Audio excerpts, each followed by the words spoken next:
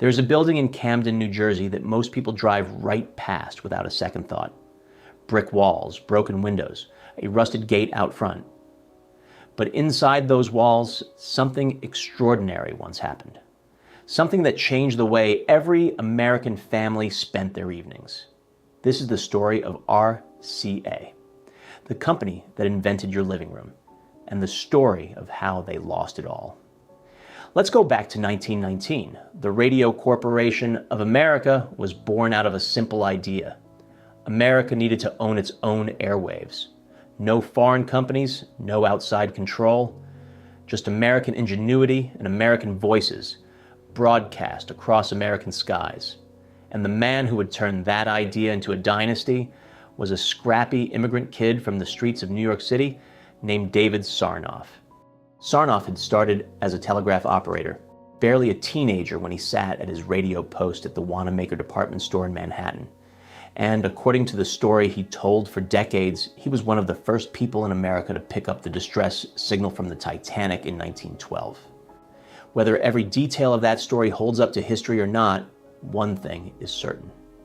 David Sarnoff understood, before almost anyone else on Earth, that radio waves were the future.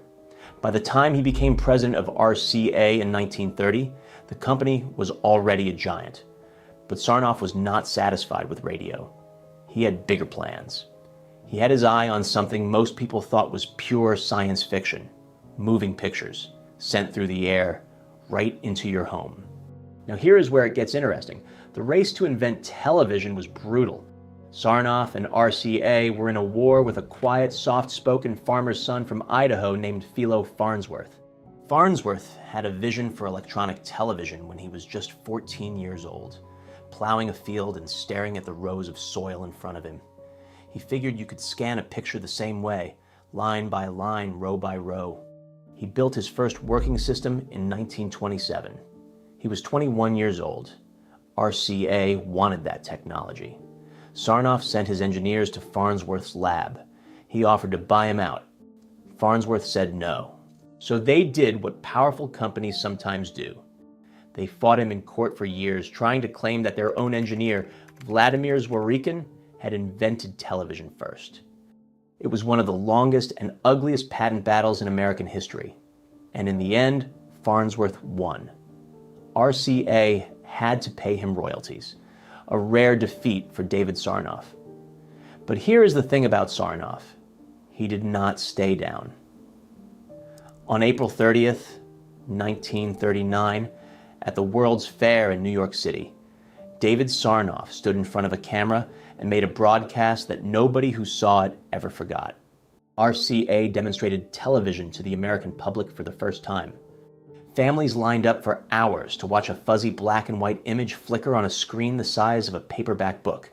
They were absolutely stunned. Then came World War II, and television had to wait. But when the war ended and the soldiers came home, America was ready to build. Suburbs, cars, highways, and televisions. RCA's factory in Camden, New Jersey was running around the clock.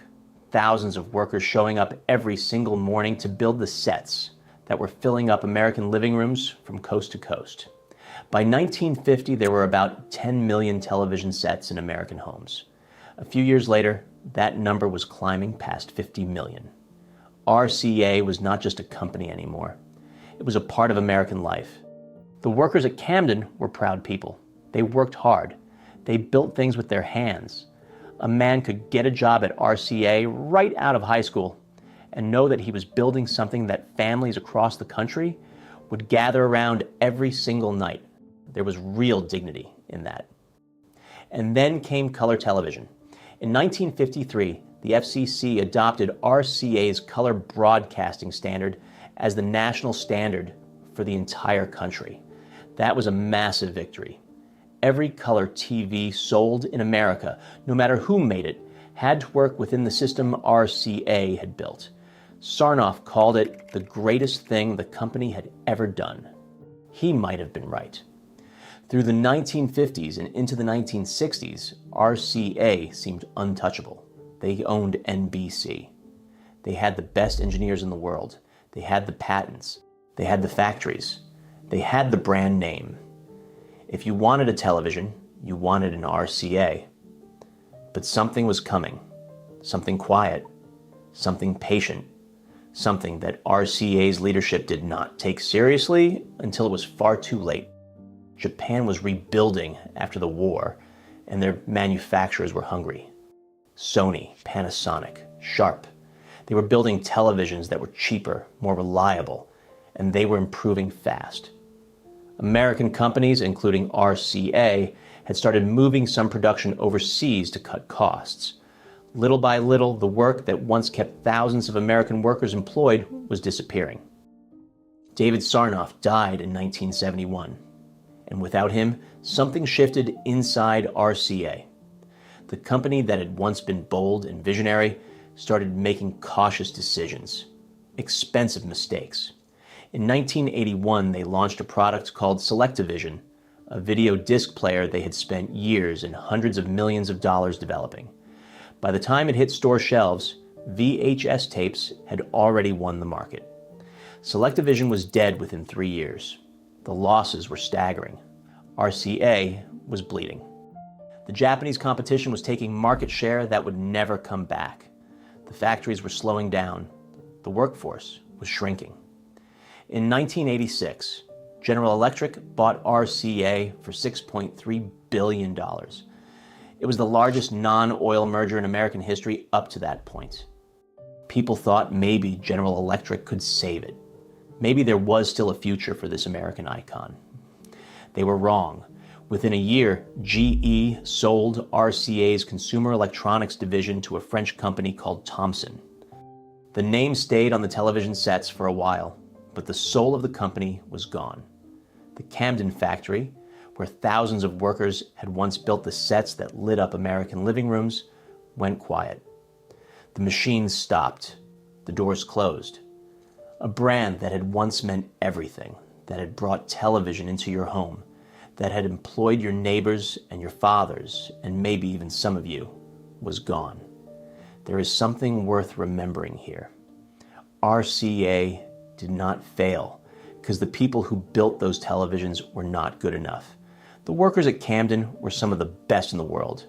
They showed up. They built things right. They took pride in every set that rolled off that line.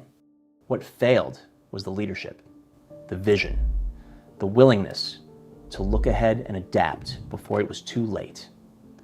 RCA invented your living room. They just did not figure out how to keep it. If this story hit home for you, do yourself a favor and hit that subscribe button. Every week we bring you stories just like this one, the rise and fall of American companies, the workers who built them, and the history that too many people have forgotten.